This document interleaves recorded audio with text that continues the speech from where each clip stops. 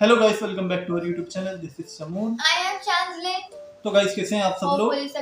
तो गाइस, आज की वीडियो होने वाली है आईएनएस विशाल के ऊपर। आईएनएस विक्रांत को हम लोग देख चुके हैं कि वो आ चुका है और आईएनएस विशाल की तैयारियां मेरे ख्याल से भारत ने शुरू कर दी है। और पिछली वीडियो में हमने मेजर गौरव इंडिया की वीडियो में देखा था कि इंडिया आईएनएस विक्रांत पे रुकने वाला नहीं है। आईएनएस विक्रांत पे रुकने वाला नहीं है। इंडिया अब और भी बनाएगा और लोगों को देगा भी, सेल भी करेगा। तो देखते हैं भाई आईएनएस विशाल के बारे में क्या इंफॉर्मेशन आई है। क्या वो बनना स्टार्ट हो गया है या उसके ऊपर काम स्टार्ट हो गया है, जो भी है बहुत लंबा पीरियड होता है वैसे। तो देखते हैं। So guys, वीडियो स्टार्ट करते हैं। दोस्तों, आईएनएस विक्रांत के भारतीय नौसेना में शामिल होने के बाद अब भारत के तीसरे एयरक्राफ्ट की चर्चा शुरू हो गई है।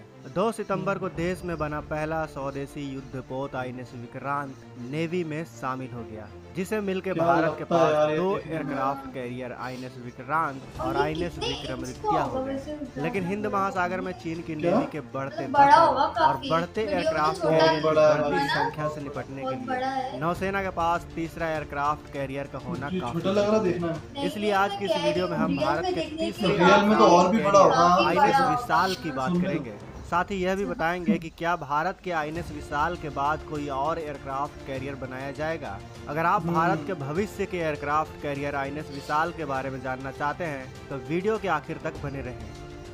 दोस्तों, आईएनएस विशाल भारत का तीसरा एयरक्राफ्ट कैरियर होगा। विशाल शब्द का संस्कृत में मतलब होता है भव्य। यह आईएनएस विक्रांत के बाद भारत में बना दूसरा एयरक्राफ्ट कैरियर होगा। विक्रांत की तरह विशाल को भी इंडियन नेवी के कोचिन शिपयार्ड लिमिटेड में बनाया जाएगा। आईएनएस विशाल 65,000 टन वजनी विमान वाहक युद्धपोत होगा, यानी यह भारत का सबसे बड़ा एयरक्राफ्ट कैरियर होगा। आईएनएस विक्रमादित्य और आईएनएस विशाल का वजन 45,000 टन के आसपास है, जबकि वहीं आईएनएस विशाल पर 55 फाइटर प्लेन को तैनात किया जाएगा। आपको बता दें कि आईएनएस विक्रमादित्य पर करीब 35 और आईएनएस विक्रांत पर करीब 30 फाइटर प्लेन तैनात हो सकते हैं। अभी भारत के पास 2 एयरक्राफ्ट कैरियर आईएनएस विक्रमादित्य और आईएनएस विक्रांत है।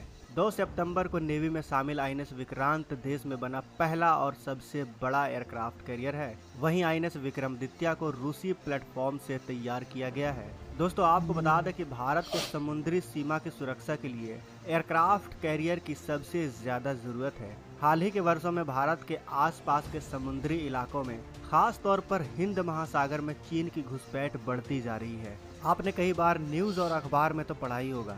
ऐसे में भारत के लिए एयरक्राफ्ट कैरियर्स काफी अहम हो जाते हैं। अब तक चीन के पास लियोनिंग और सोडोन नाम के 2 एयरक्राफ्ट कैरियर हैं और इस साल जून में उसने अपना तीसरा एयरक्राफ्ट कैरियर फुजियान भी लॉन्च कर दिया है। ये चीन में निर्मित और कैटोबार टेक्निक से लैस चीन का पहला वॉरशिप है और ये काफी शक्तिशाली भी है। लेकिन दोस्तों, भारत ने भी चीन के तीसरे एयरक्राफ्ट कैरियर का जवाब देने के लिए पूरी तरह से कमर कस ली है। दरअसल मई 2012 में navy chief admiral Nirmal Verma ने कहा था कि देश में बनने वाले दूसरे एयरक्राफ्ट कैरियर के लिए स्टडी की जा रही है। 2012 में ही आईएनएस विशाल के डिजाइन स्टेट का काम नेवी की नेवल डिजाइन ब्यूरो ने शुरू कर दिया था। शुरू में नेवी की योजना डिजाइनिंग के लिए किसी देश की मदद नहीं लेने की थी। हालांकि बाद में इसके लिए रूसी एयरक्राफ्ट कैरियर के डिजाइन की मदद लेने का फैसला किया गया। कई रिपोर्ट्स के मुताबिक 2013 में नेवी ने आईएनएस विशाल पर इलेक्ट्रोमैग्नेटिक एयरक्राफ्ट लॉन्च सिस्टम यानी ई-मॉल्स लगाने के लिए अमेरिकी सरकार से संपर्क भी किया था।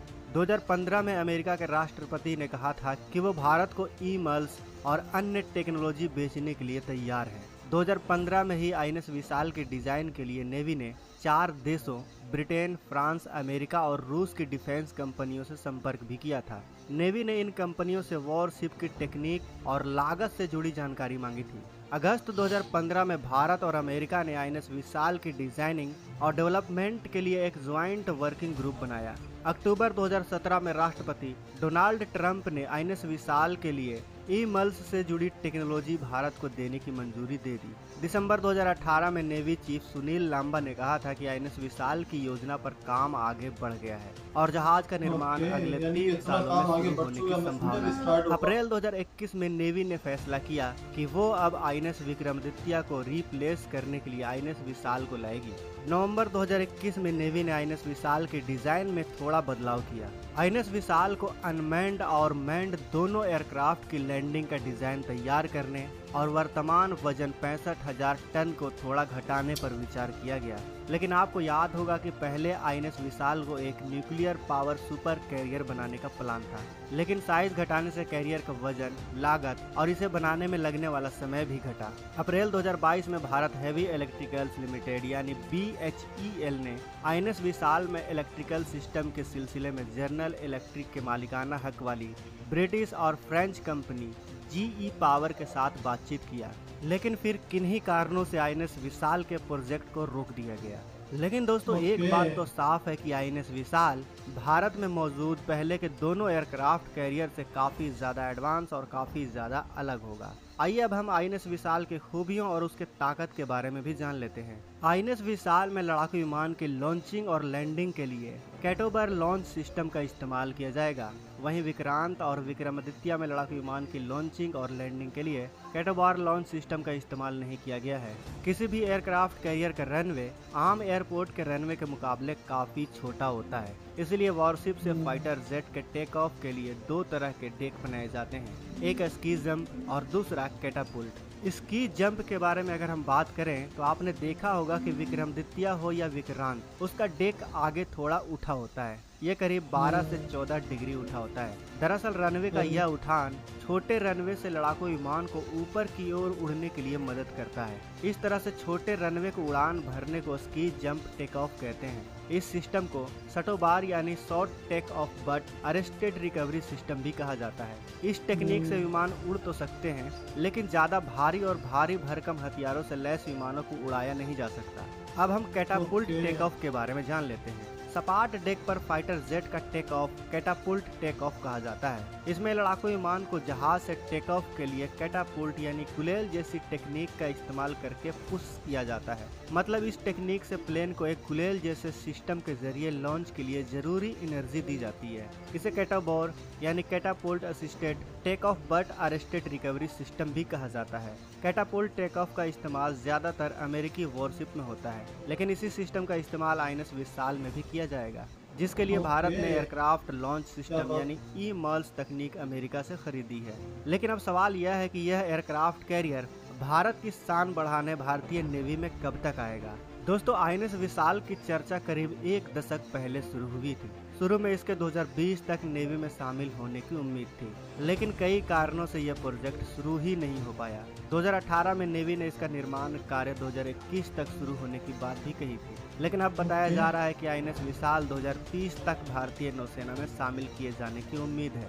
INS विशाल को लेकर भारत के parliamentary standing committee on defence यानी SCOD ने पिछले साल दिसंबर में कहा था कि भारत की समुद्री सीमा काफी ज्यादा बड़ी है, जो 7,515 किलोमीटर तक फैला है, और ऊपर से हिंद महासागर में चीन की बढ़ती घुसपैठ और एयरक्राफ्ट कैरियर की बढ़ती संख्या हमारे लिए बड़ी चेतावनी है। चीन के पास मौजूदा समय में 3 एयरक्राफ्ट कैरियर हैं, जिसमें हाल ही में चीन ने अपना टाइप 003 फुजियान नाम के एयरक्राफ्ट कैरियर को जून 2022 में बनाकर तैयार किया है, जो तकरीबन 80,000 टन वजनी है।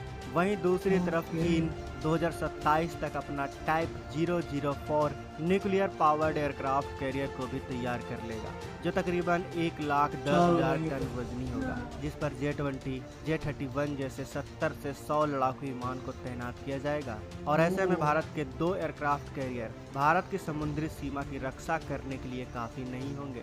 इसलिए भारत चाहता है कि जल्द से जल्द भारत INS विशाल को बनाकर तैयार कर ले। तो दोस्तों आपको क्या लगता है, भारत को INS विशाल को कब तक लॉन्च कर देना चाहिए? हमें कमेंट बॉक्स में अवश्य बताएं।